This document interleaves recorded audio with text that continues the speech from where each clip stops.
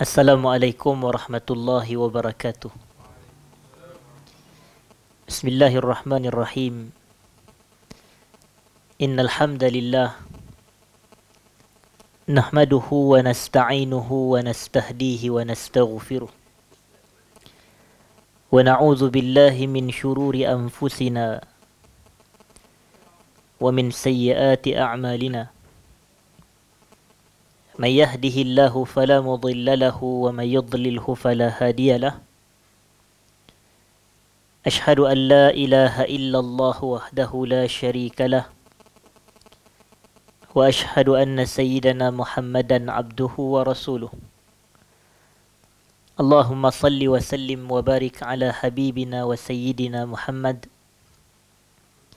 وعلى آله وأصحابه وعلى من سار على نهجه إلى يوم الدين أما بعد. Yang saya hormati seluruh jawatan kuasa pengurusan Baitus Salam.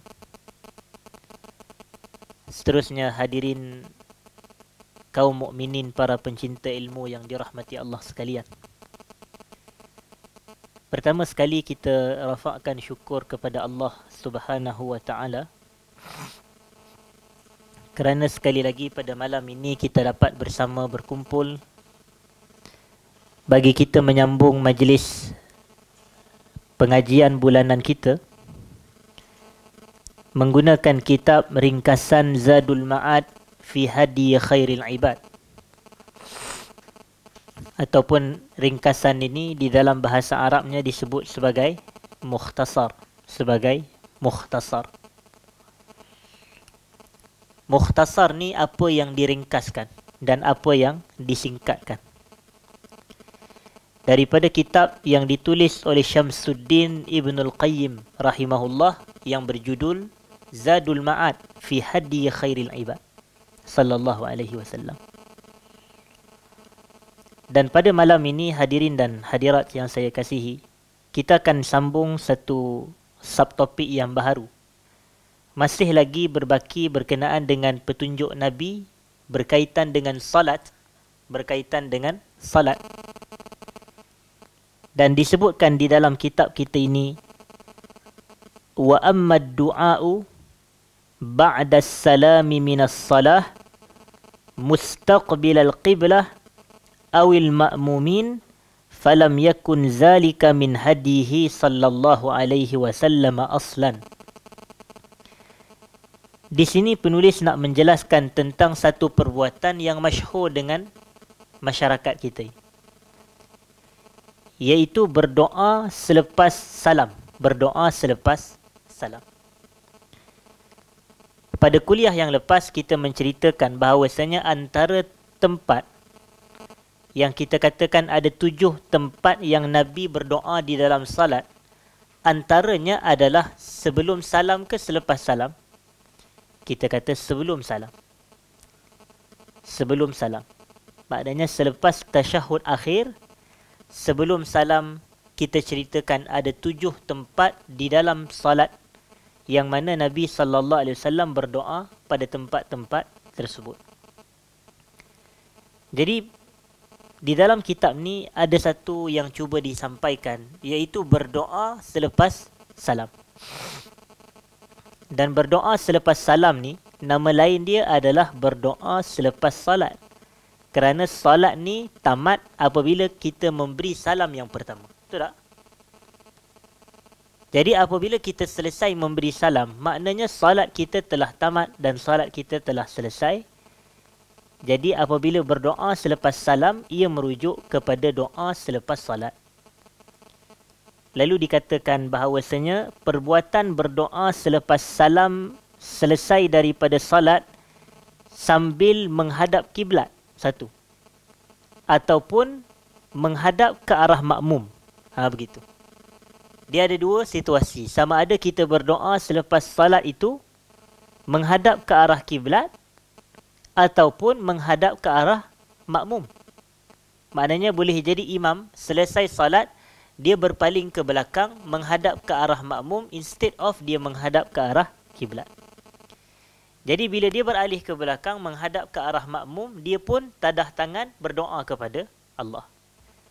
Maka kata penulis kitab, falam yakun zalika min hadihi sallallahu alaihi wasallam. Perbuatan sebegini tidak termasuk dalam kategori petunjuk Nabi. Dia kata begitu. Tidak termasuk dalam kategori petunjuk Nabi aslan, secara asalnya. Dan wala ruwiya anhu bi isnadin sahihin wala hasan, dan tidak diriwayat pun berkenaan dengan perbuatan tersebut, iaitu berdoa selepas salam ni, tak ada suatu riwayat pun yang sahih ataupun hasan daripada Nabi yang menunjuk Nabi buat perkara begitu. Wa ammatul ad'iyah al-muta'alliqah bis-salah innama fa'alaha fiha wa amara biha fiha. Semua doa-doa yang berkaitan dengan salat hanyalah dilakukan oleh Nabi sallallahu alaihi wasallam di dalam salat, bukan di luar salat. Itu maksudnya. Dan baginda suruh kita berdoa dengan doa-doa yang terkait dengan salat fiha, iaitu di dalam salat, bukan di luar salat. Cuma ada disebutkan di sini, hadirin dan hadirat, illa annaha huna nuktatun latifah. Cuma ada satu noktah yang penting. Ada satu noktah yang penting.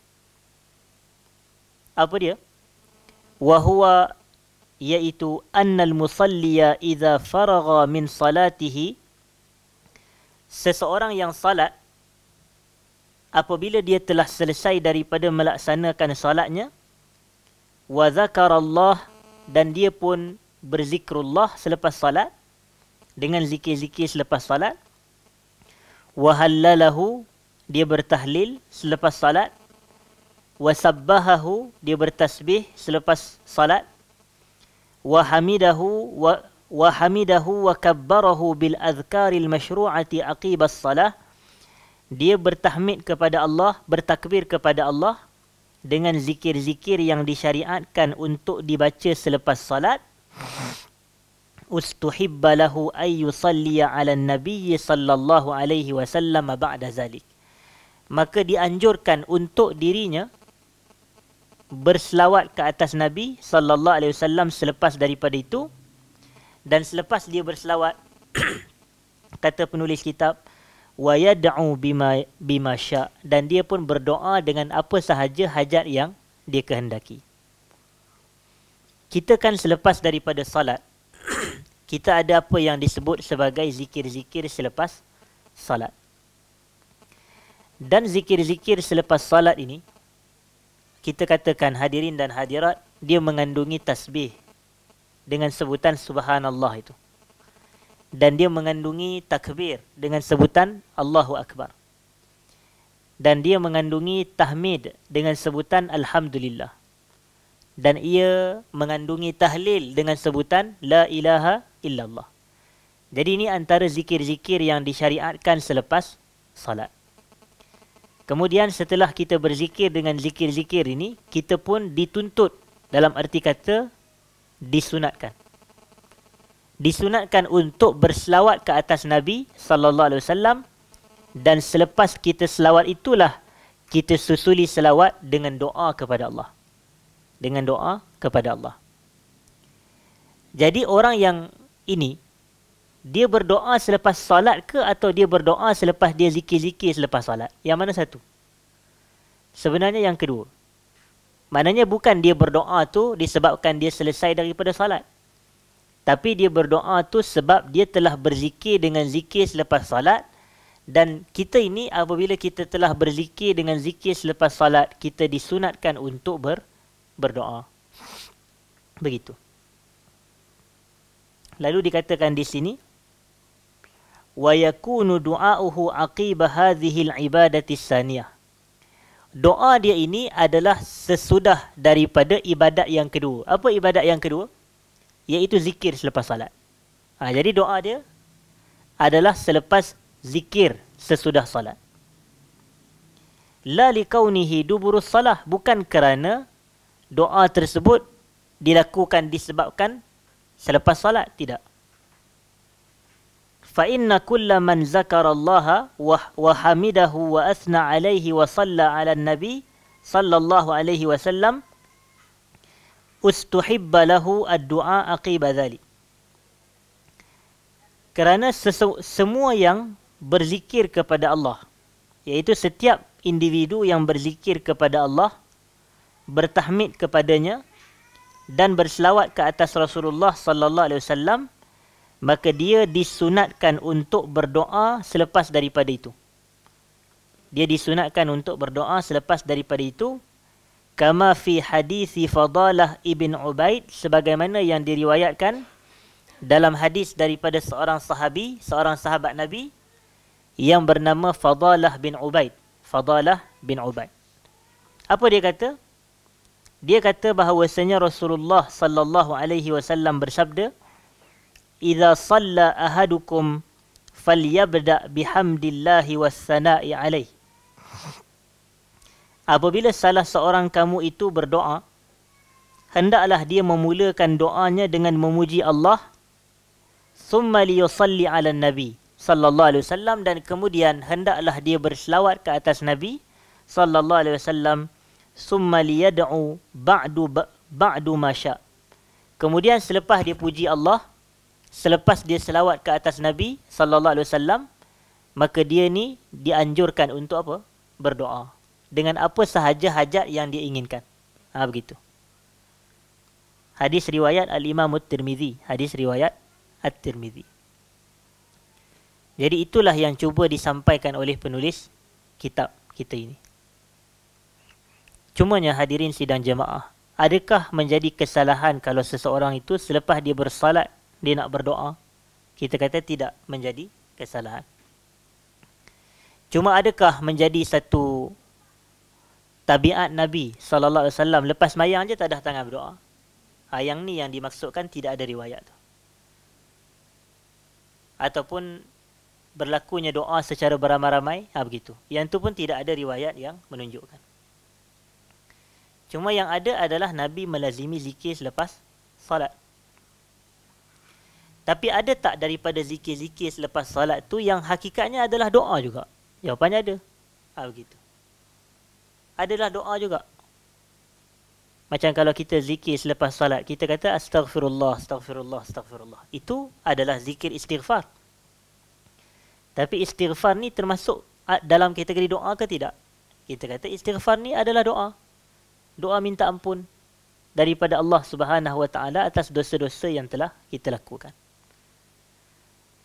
Dan sebab itu para ulama tafsir sebagai contoh mentafsirkan firman Allah Subhanahu wa taala dalam surah Asy-Syarah ataupun surah Al-Insyirah, alam nashrah laka sadrak wa wada'na anka wizrak alladhi anqadha dhahrak wa rafa'na laka dhikrak fa inna ma'al usri yusra inna ma'al usri yusra fa idza faraghta fansab wa ila rabbika farghab, kata Allah.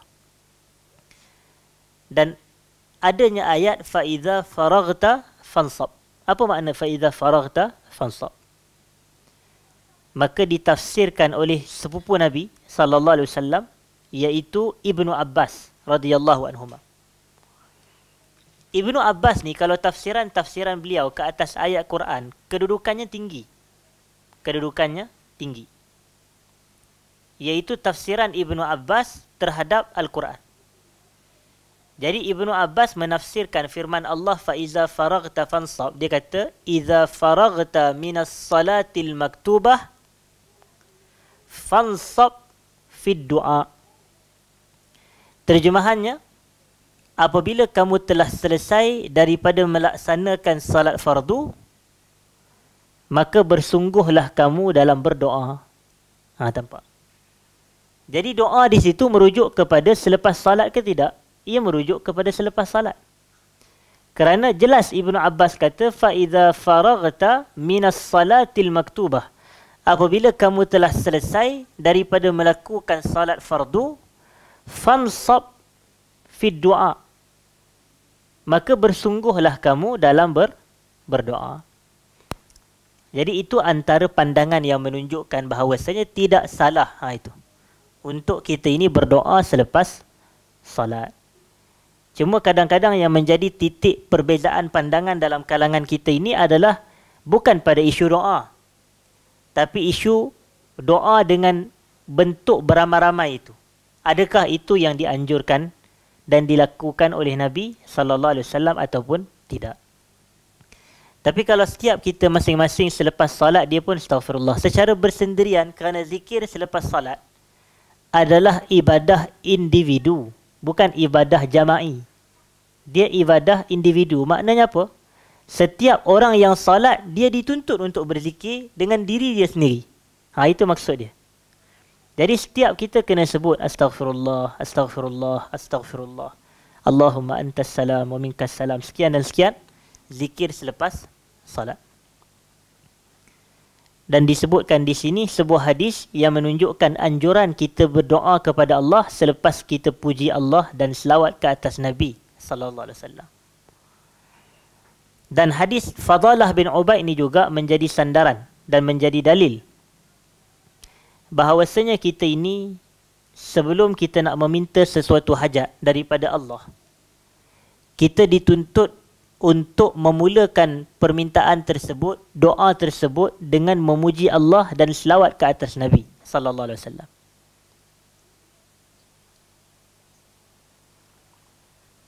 Sebab itu kalau kita perasan, kalaulah ada seseorang tu dia membaca doa, dia mesti akan mulakan doa dengan apa? Bismillahirrahmanirrahim. Alhamdulillahirabbil alamin. Dan alhamdulillahirabbil alamin adalah pujian kepada Allah. Selepas dia baca alhamdulillahirabbil alamin, apa yang disebut? Dia pun akan kata apa?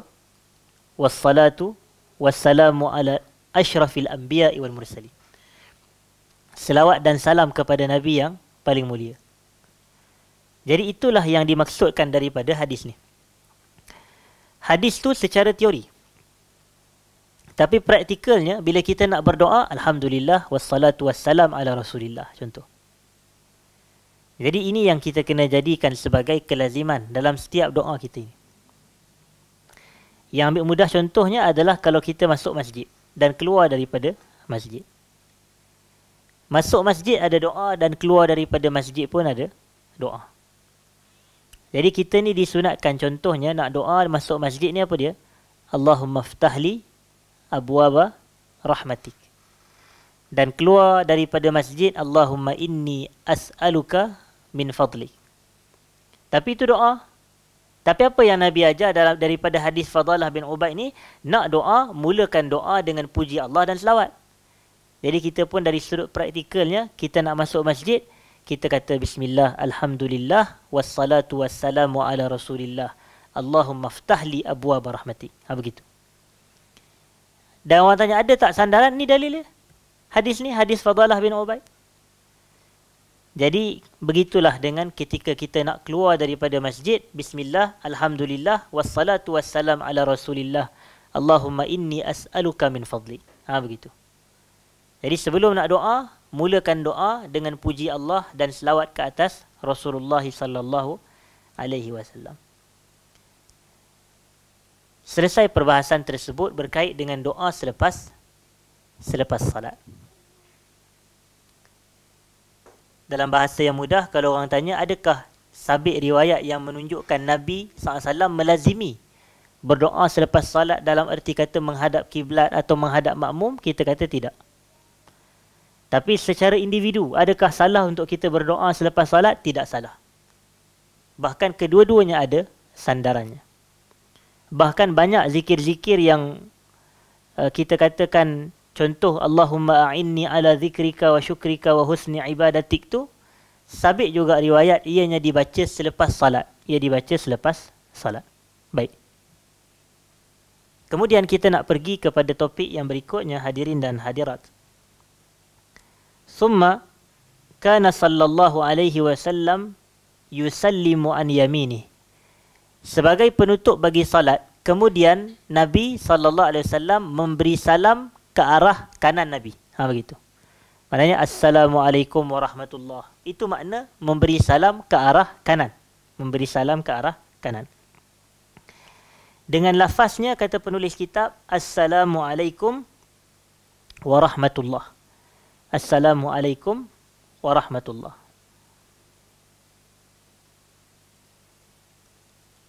Namun, yang kita katakan rukun apa dia?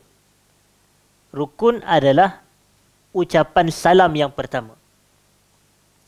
Dan atas faktor inilah ulama-ulama fiqh kata, seringkas-ringkas salam, apa dia? Assalamualaikum sahaja. Tapi disebut oleh Nabi yang mana? Assalamualaikum warahmatullah. Maka yang afdalnya kita mengikut apa yang dibaca oleh Nabi SAW. Tapi kalau orang tu kata Assalamualaikum, baik tak? Baik. Cuma ada yang lebih baik. Kalau orang kata, kalaulah dia sebut Assalamualaikum, adakah salatnya sah? Kita kata salatnya sah. Kerana apa?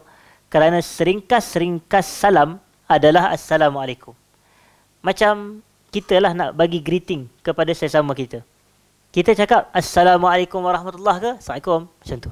Kadang kita Assalamualaikum sahaja. Betul tak? Tapi adakah bila orang kata Assalamualaikum, kita tak kata itu bukan salam? Tak, itu pun salam juga. Jadi kalau seseorang itu, dia mengakhiri salatnya dengan salam yang pertama, dengan lafaz Assalamualaikum, kita kata salatnya adalah sah. Begitu. Tetapi yang dilaku oleh Nabi SAW adalah sebutan Assalamualaikum warahmatullah. Begitu. Sebagaimana yang diriwayatkan oleh Imam Muslim dalam Sahih Muslim. Dan selepas Nabi bagi salam ke arah kanan, Nabi juga memberi salam ke arah kiri. Wa an yasarihi kazalik. Begitulah juga caranya Nabi melakukan pada sebelah kiri Nabi. Iaitu Nabi memberi salam Assalamualaikum warahmatullah. Assalamualaikum warahmatullah. Dan ada tak bacaan tertentu, zikir tertentu ketika salam ni? Kan dahulu kita ada tengok ramai orang yang buat. Bila Assalamualaikum warahmatullah je, dia akan kata Allahumma inni apa? As'aluka ridhaka wal jannah. Kemudian ada ke macam tu? Dan wa'udzubika min sakhatika wan nar, contoh. Dia bagi kanan, bagi kiri. Cuma dari sudut riwayat yang sahih daripada Nabi tiada. Begitu. Tidak ada apa yang dibaca ketika salam yang pertama atau salam yang kedua, iaitu ke arah kanan atau ke arah kiri, kita kata memadai dengan sebutan salam sahaja. Itu lebih afdal. Assalamualaikum warahmatullah. Assalamualaikum warahmatullah. Cuma dari sudut hukum fiqh, salam yang kedua ini adalah sunat. Dalam erti kata, sekiranya seseorang itu tidak menyebutnya, melafazkannya, maka salatnya tetap sah. Salatnya tetap sah. Cuma yang afdal adalah dia buat. Begitu. Yang afdal adalah dia buat. Iaitu mengucapkan salam. Kenapa kita kata afdal? Kerana itulah yang dilakukan oleh Nabi SAW. Dan wa khairul hadyi hadyu Muhammadin SAW. Sebaik-baik petunjuk adalah petunjuk Nabi kita Muhammad SAW. Hadza kana fi'luhu ratib. Ini adalah perbuatan kebiasaan Nabi, iaitu memberi salam dengan lafaz Assalamualaikum warahmatullah ke arah kanan dan ke arah kiri. Ini adalah perbuatan kelaziman Nabi SAW dalam salat baginda. Rawahu anhu 15 sahabiyan, yang mana perbuatan ini diriwayatkan daripada Nabi oleh lebih kurang 15 orang sahabat Nabi. Begitu. 15 orang sahabat Nabi meriwayatkan beginilah kaifiatnya Nabi memberi salam, dan lafaz yang baginda gunakan adalah Assalamualaikum warahmatullah. Waqad ruwiya anhu sallallahu alaihi wasallam annahu kana yusallimu taslimatan wahidah tilqa'a wajhi. Ada riwayat yang menunjukkan ataupun ada diriwayatkan daripada Nabi sallallahu alaihi wasallam bahawasanya Nabi hanya memberi satu kali salam sahaja. Iaitu baginda hanya melafazkan sekali salam sahaja. Dan disebutkan di sini tilqa'a wajhi. Apa makna tilqa'a wajhi?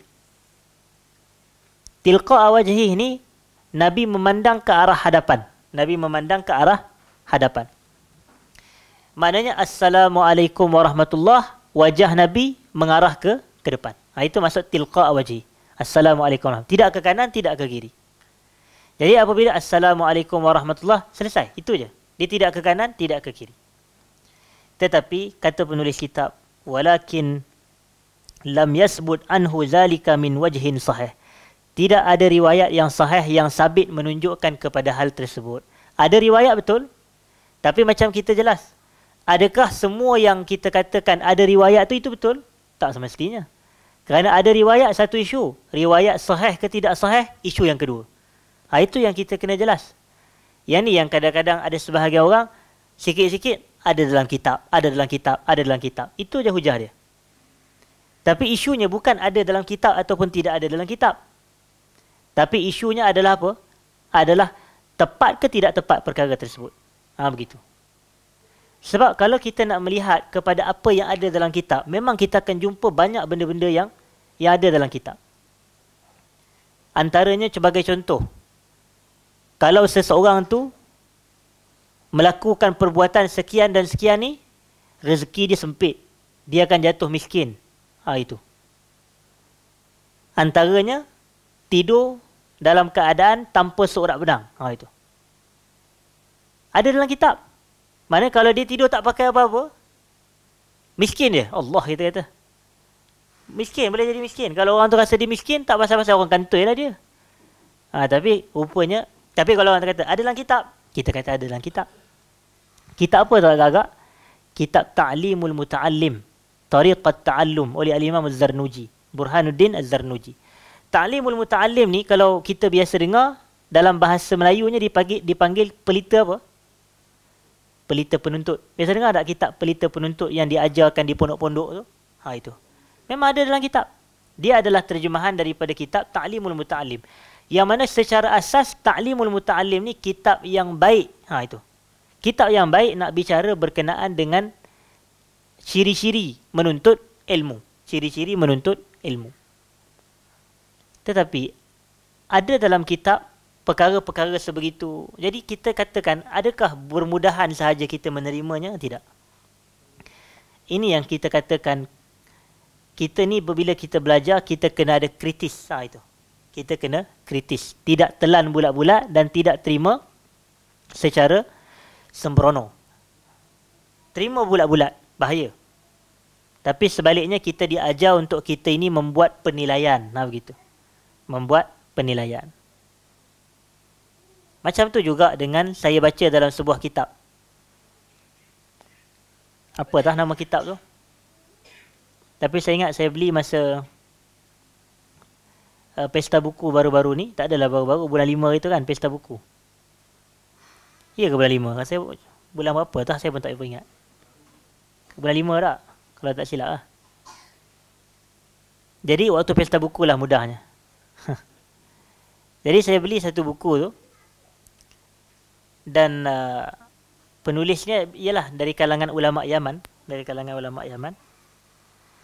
Dalam buku itulah yang memberikan anjuran, kalaulah orang tu nak selamat dalam kubur daripada azab kubur, maka dia kena ambil batu 7 biji dan dibaca surah Al-Qadar padanya. Dan masukkan batu 7 biji itu ke dalam kubur tersebut. Memang.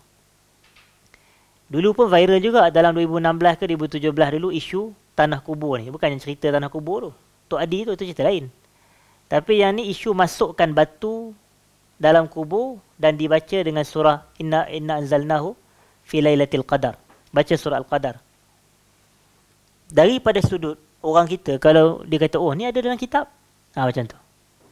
Tapi kritislah. Maknanya ada dalam kitab satu isu. Tapi adakah sandarannya terhadap hal ni yang menunjukkan kalau kita buat, fadilatnya sekian dan sekian.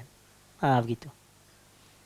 Jadi sama juga dengan isu bagi salam menghadap ke depan ni. Memang ada riwayat. Tapi penulis kitab kata, riwayat tersebut tidak sahih. Tidak sahih.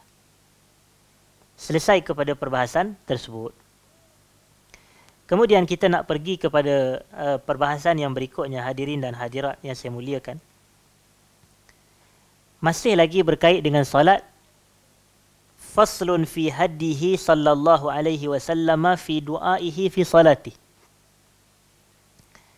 fasal berkenaan dengan petunjuk Nabi berkenaan dengan doa di dalam solat. Petunjuk Nabi berkenaan dengan doa di dalam solat. Begitu. Dan sebagaimana yang kita telah sebut, bahawasanya dalam solat ni banyak tempat Nabi berdoa. Tetapi kita nak tengok apa antaranya doa-doa tersebut.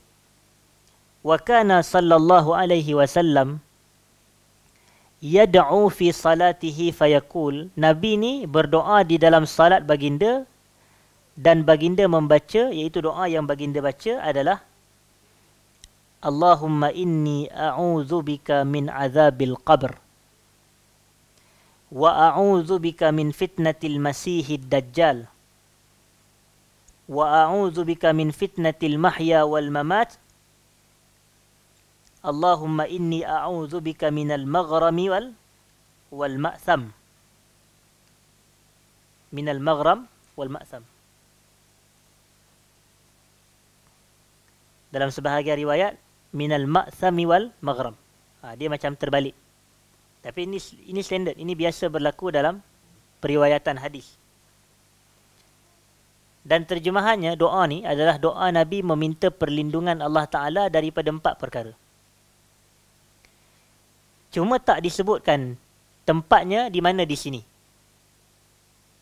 Tapi dalam riwayat yang lain menunjukkan dan mengisyaratkan bahawasanya bacaan doa ini minta perlindungan yang 4 ni adalah sebelum apa? Sebelum salam. Sebelum salam. Maknanya selepas tasyahud akhir itu, selawat ke atas Nabi, kemudian baca doa ni dulu, kemudian barulah bagi salam. Begitu.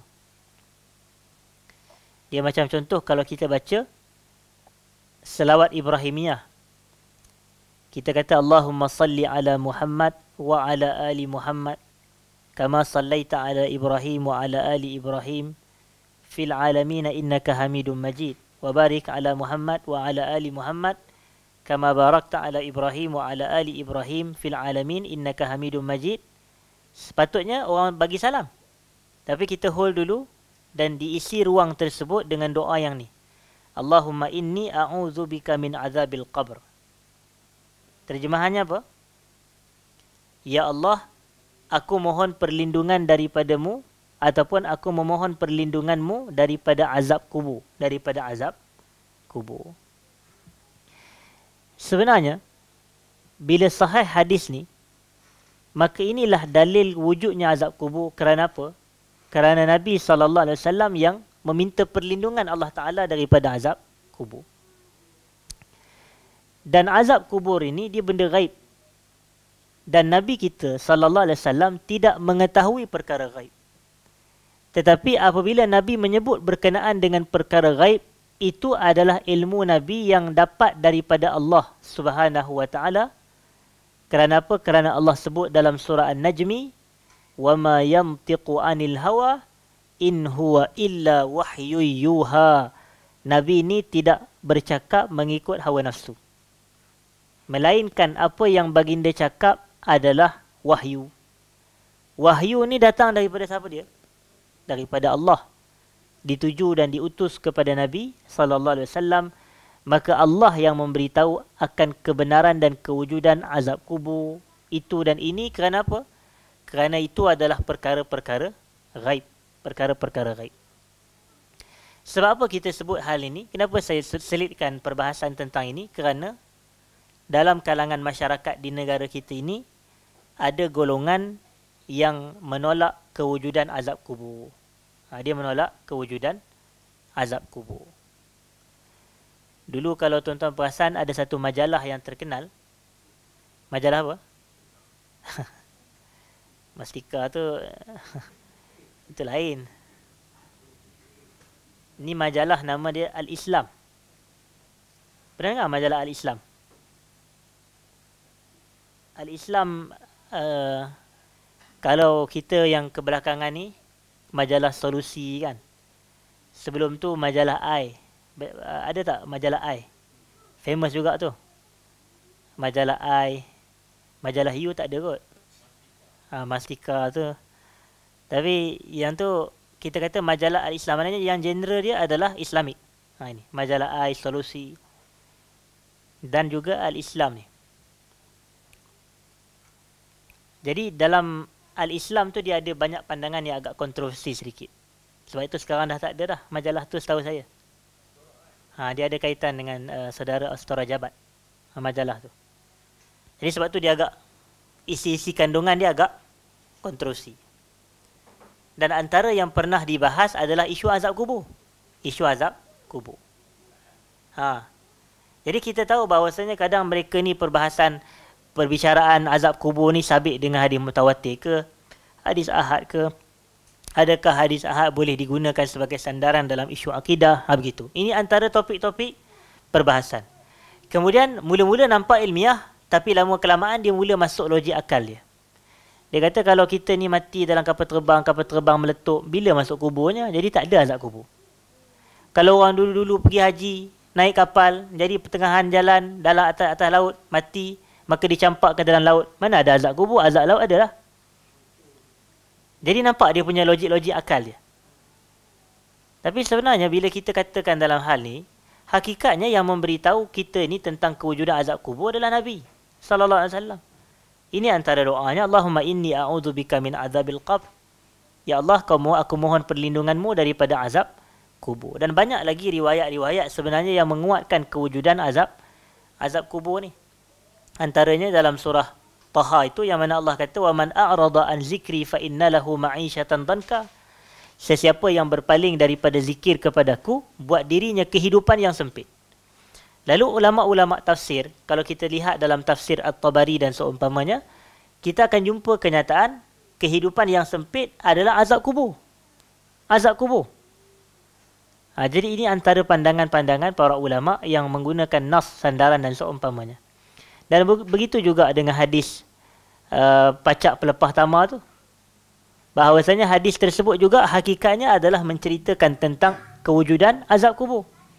Bahawasanya ada dua orang lelaki, innahuma apa dia? La yu'azzaban. Kedua lelaki itu kata Nabi SAW sedang apa? Sedang diazab. Sedang diseksa. Jadi ada tak azab kubur? Ada, dan Nabi tahu mereka sedang kena azab.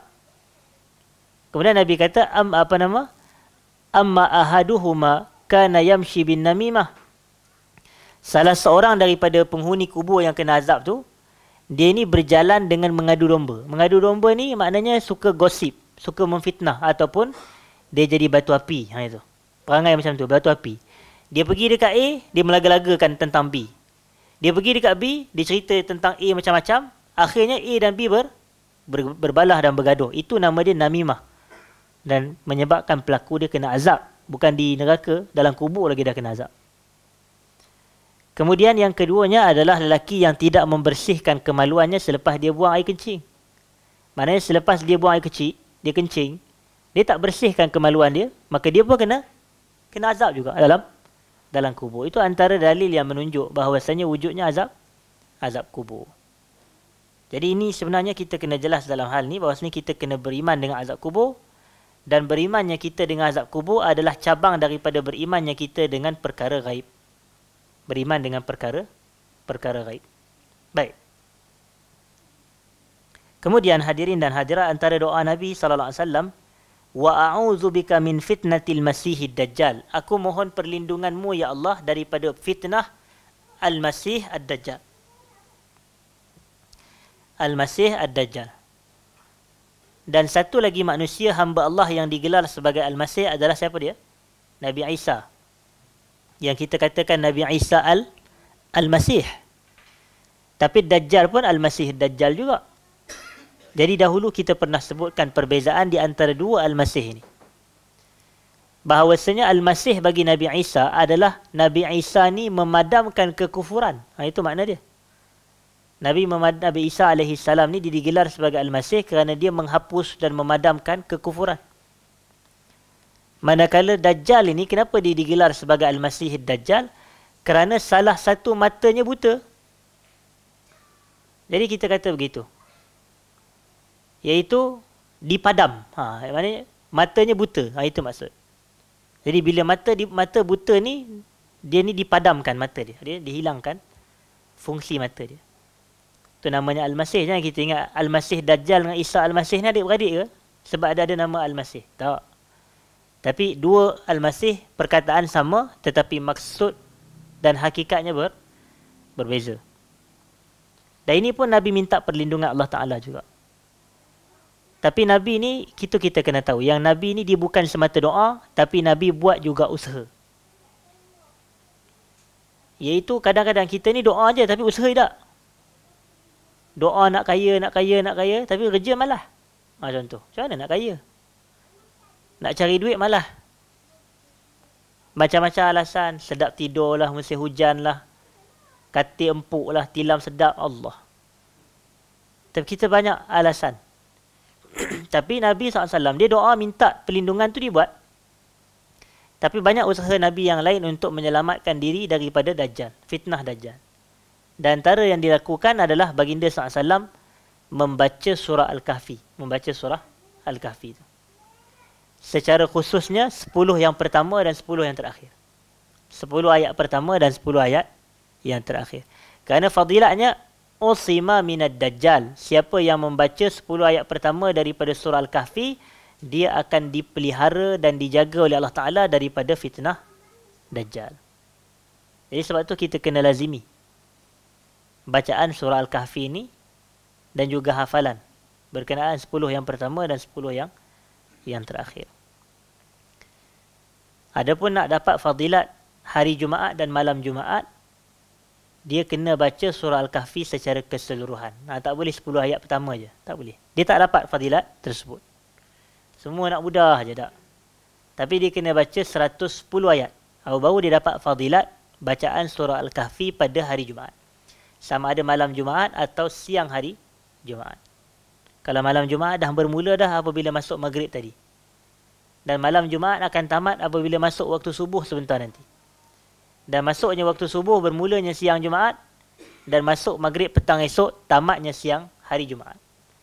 Jadi in between ini, malam dan siang ini, kita membaca surah Al-Kahfi dan hukumnya adalah sunat. Dan antara fadilatnya hadirin dan hadirat, kita juga mendapatkan ganjaran, kelebihan, terpelihara daripada fitnah Dajjal itu. Wa a'udzu bika min fitnatil mahya wal mamat. Dan aku juga ya Allah memohon perlindunganmu daripada fitnah kehidupan dan fitnah kematian. Fitnah kehidupan dan fitnah kematian. Dan fitnah di sini merujuk kepada apa?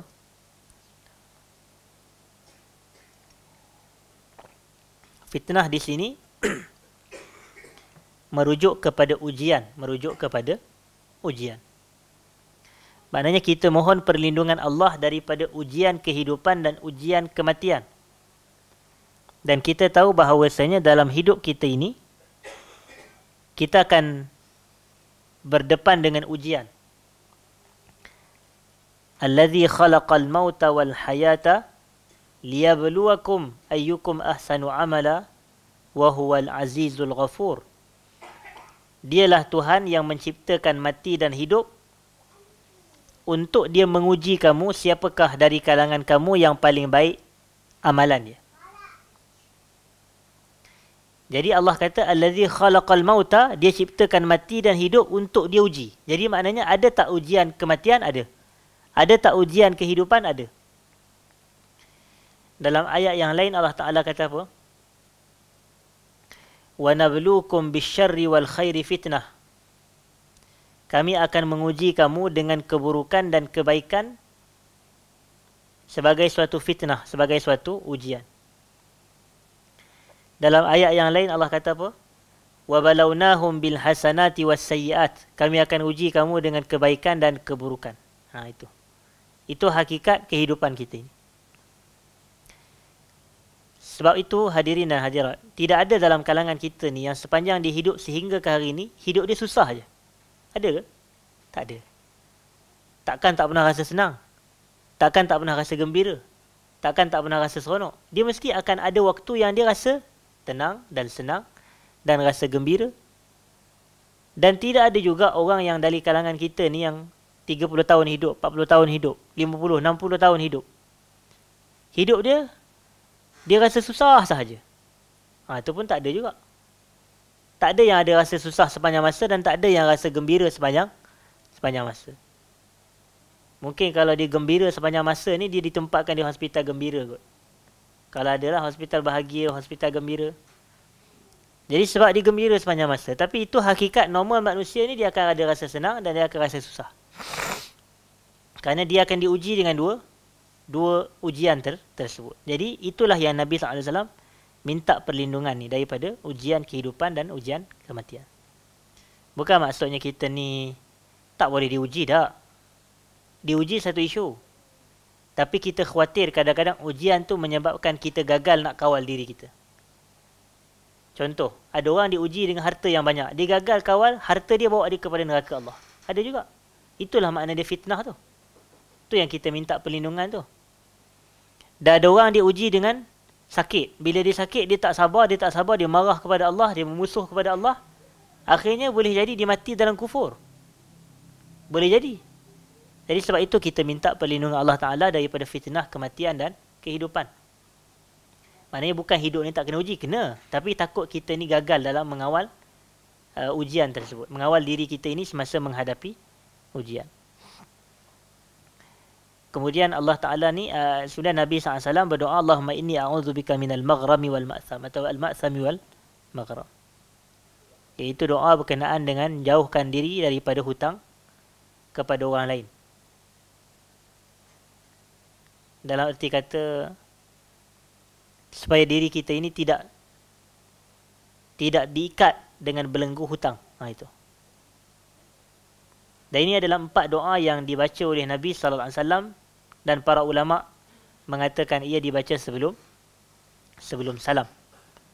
Sebelum salam. Sebahagian riwayat ditambah satu lagi, iaitu azab neraka yang tak disebut oleh saya tadi. Allahumma inni a'udzubika Allahumma inni a'udzubika min azabil qabr wa min azabin nar. Itu. Wa min fitnatil mahya wal mamat wa min fitnatil masihid dajjal. Allahumma inni a'udzubika minal ma'sami wal maghrab. Begitu. Selesai yang tu, kita nak pergi kepada yang berikutnya. Wa kana yaqulu fi salatihi aidan, antara yang baginda baca di dalam salat baginda sallallahu alaihi wasallam, iaitu doa, Allahumma ghfir li dhanbi wa wassi' fi dari wa barik li fima razaqtani. Pendek je. Allahumma ghfir li dhanbi, ya Allah kau ampunkan apa? Dosa aku. Wa wassi' fi dari, kau lapangkanlah buatku pada rumahku. Dan kemudiannya, wa barik li fima razaqtani, dan kau berkatilah aku ni pada perkara yang kau rezekikan kepadaku. 3 permintaan. Pertama berkenaan dengan dosa, Nabi minta Allah ampunkan. Yang kedua berkenaan dengan rumah kediaman, Nabi minta Allah lapangkan. Dan yang ketiga pada rezeki kurniaan, Nabi minta Allah berkatkan. Itu. Jadi itu hajat-hajat kita juga. Supaya Allah ampunkan dosa kita dan lapangkan kita pada rumah kita. Demikian Allah berkat kita pada semua rezeki yang Allah kurniakan kepada kita ini. Allah kurniakan kita umur, kita nak umur yang berkat. Dalam arti kata Allah kurniakan kita masa, maka kita nak masa yang berkat. Allah kurniakan kita kesihatan, maka kita nak kesihatan yang berkat. Allah kurniakan kita ini harta, maka kita nak harta yang berkat. Dan berkat ni adalah kebaikan yang banyak, dalam arti kata semua itu digunakan untuk ketaatan kepada Allah. Semua rezeki dia tidak akan jadi berkat sehinggalah kita gunakan rezeki itu di jalan ketaatan kepada Allah. Baru dia jadi berkat. Nak dapat kereta berkat, tapi tak pernah bawa kereta pergi masjid. Tak berkat kereta. Tak berkat motor. Yang kita tak guna pun kenderaan nikmat rezeki itu di jalan ketaatan kepada Allah. Jadi sebab itu macam kita nak duit berkat, tapi tak pernah pun sedekah. Macam mana nak berkat? Duit, harta kita. Jadi kena untuk dapatkan keberkatan. Keberkatan ni itulah cara dia. Kita gunakan rezeki di jalan ketaatan kepada Allah Subhanahu Wa Taala. Jadi ini antara doa Nabi SAW. Dan boleh juga dibaca doa ni ketika sujud. Ketika apa? ketika sujud. Kerana sujud adalah tempat paling utama untuk kita berdoa di dalam salat kita ini. Wa kana sallallahu alaihi wasallam, berikutnya, yaqulu fi sujudihi, antara doa Nabi ketika sujud, Rabbi a'ti nafsi taqwaha wa zakkiha anta khairu man zakkaha anta waliyuha wa maulaha. Sebahagian riwayat, Allahumma ati nafsi taqwaha. Yang ni yang kita baca tadi, Rabbi a'ti nafsi taqwaha. Sama aja maksud dia. Allahumma Rabbi, sama aja. Ati, a'ti, sama sahaja. Nafsi taqwaha wa zakkiha anta khairu man zakkaha anta waliyuha wa maulaha. Terjemahannya apa? Wahai Tuhan, iaitu wahai Allah, kau kurniakan kepada diriku ketakwaannya. Maknanya biarlah diri kita ini menjadi diri yang bertakwa. Diri yang bertakwa. Dan apa makna takwa, hadirin dan hadirat? Kita kata takwa ni ada dua ciri dan dua sifat. Iaitu melakukan perintah Allah dan meninggalkan larangan Allah. Jadi kalau kita buat apa yang Allah suruh kita, maka itulah takwa. Allah suruh kita salat, maka kita salat. Maka salat adalah takwa. Dan kalau kita meninggalkan segala larangan Allah, itu pun adalah takwa juga. Maksudnya kita tak mencuri, kita tak cakap bohong, kita tak menipu, kita tidak berzina, na'udzubillah. Jadi ini menunjukkan takwa kita kepada Allah. Nampak? Dan saya selalu sebut bahawasanya takwa, kata nama yang sama baginya adalah amal apa? Amal saleh. Amal saleh. Jadi amal saleh adalah takwa dan takwa adalah amal saleh. Kalau takwa ni buat dan tinggal, buat apa yang Allah perintah, tinggal apa yang Allah cegah, maka demikianlah amal saleh ni juga merujuk kepada buat dan tinggal. Itu. Kalaulah kita buat secara berlawanan, iaitu yang tadi buat apa yang Allah perintah, tinggal apa yang Allah larang. Yang ni dia buat apa yang Allah larang dan dia tinggal apa yang Allah suruh. Maka yang ni lawan bagi amal saleh, lawan bagi takwa adalah maksiat. Adalah maksiat. Nas'alullah al-afwa wal-afiyah. Jadi Nabi SAW kata dalam sujud, Allahumma a'ti ataupun Rabbi a'ti nafsi taqwaha. Ya Allah, kau bagi jiwa aku ni jiwa yang takwa. Jadi supaya jiwa ni jadi jiwa yang bertakwa. Jiwa yang buat segala perintah Allah dan tinggal segala larangannya. Subhanahu wa ta'ala.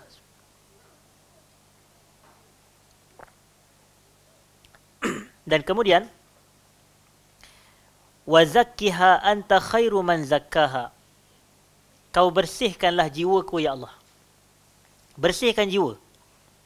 Anta khairu man zakkaha. Engkau adalah sebaik-baik yang membersihkannya. Iaitu siapakah yang boleh menyucikan jiwa dengan sebenar-benar suci? Kita kata Allah. Allah yang membersihkan jiwa ini. Sebab itu kalau kita nak bersihkan jiwa kita, kita kena kembali kepada Allah. Itu hakikat dia. Kalau orang tu benar-benar dia nak bersihkan jiwa dia, dia kena kembali kepada Allah.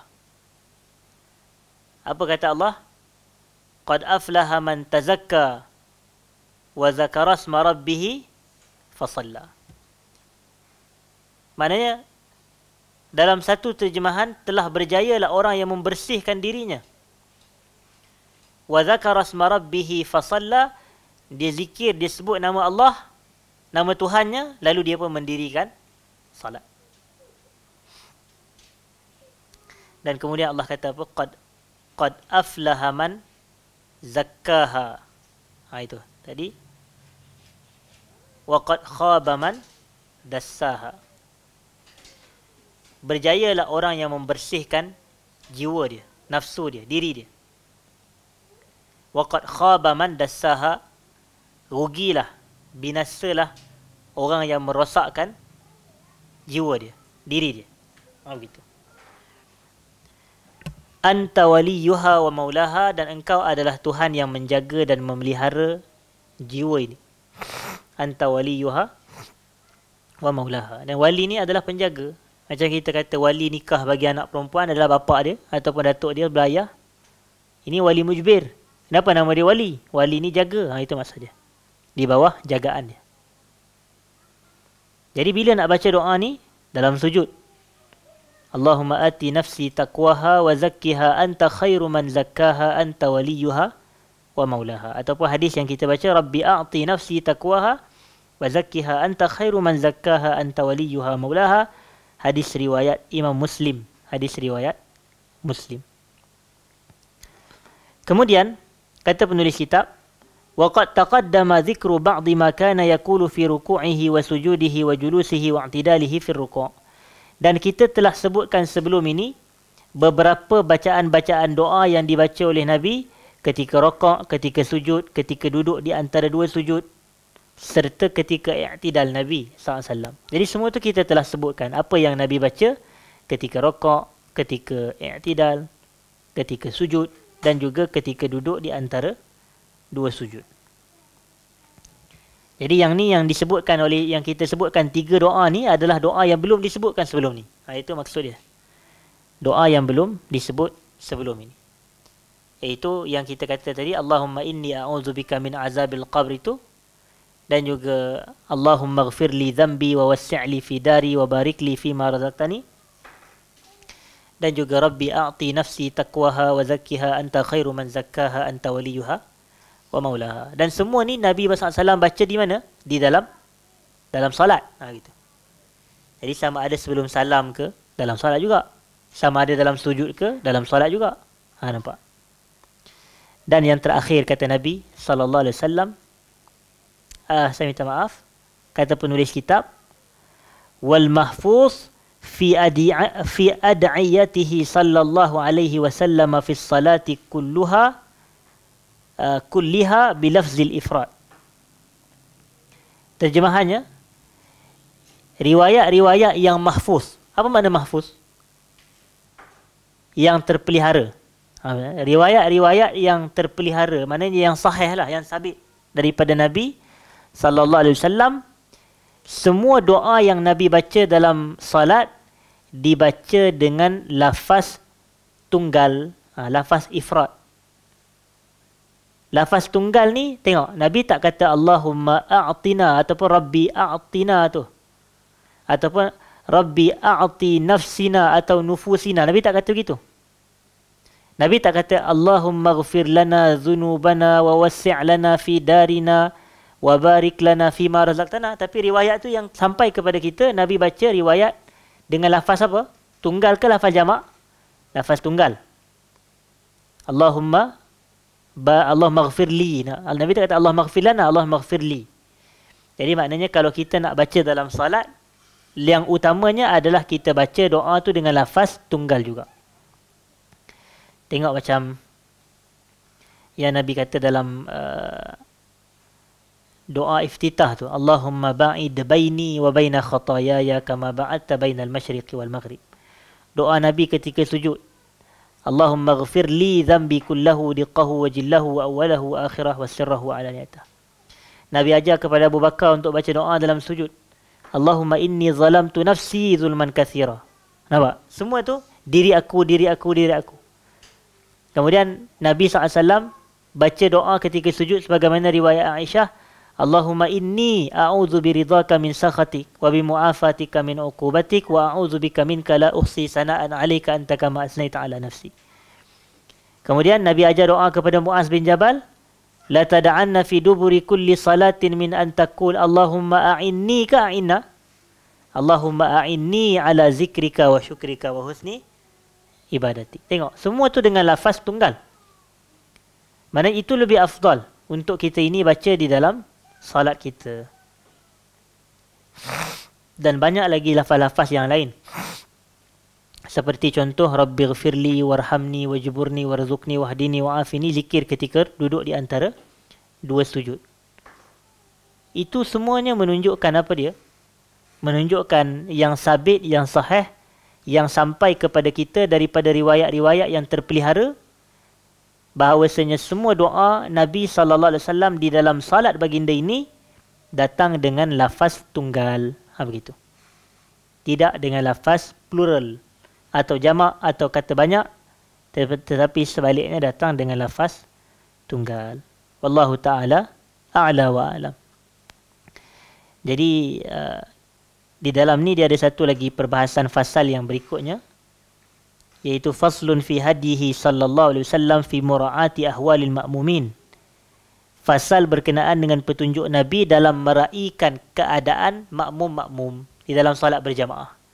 Jadi dalam perbahasan ni nanti kita akan cerita berkenaan dengan macam mana Nabi ni meraihkan situasi dan keadaan jemaah yang solat di belakang Nabi, yang solat bersama dengan Nabi sallallahu alaihi wasallam. Dan saya merasakan bahawasanya perbahasan ni wajar diberikan satu slot yang khas. Maknanya bukanlah malam ni kerana kita dah pukul 10.30. Oleh kerana itu insya-Allah kita akan jadikan topik ni pada kuliah akan datang. Lagipun malam ni orang mungkin nak balik kampung, dah tak sabar nak mengundi. Jadi atas faktor itu kita pun berhenti pada pukul 10.30 pada malam ini. Kita tak berhajat nak menyambung perbahasan kita insya-Allah. Jadi saya minta maaf jika ada salah dan silap. Aqulu qawli hadza astaghfirullahal azim li wa lakum. Assalamualaikum warahmatullahi wabarakatuh.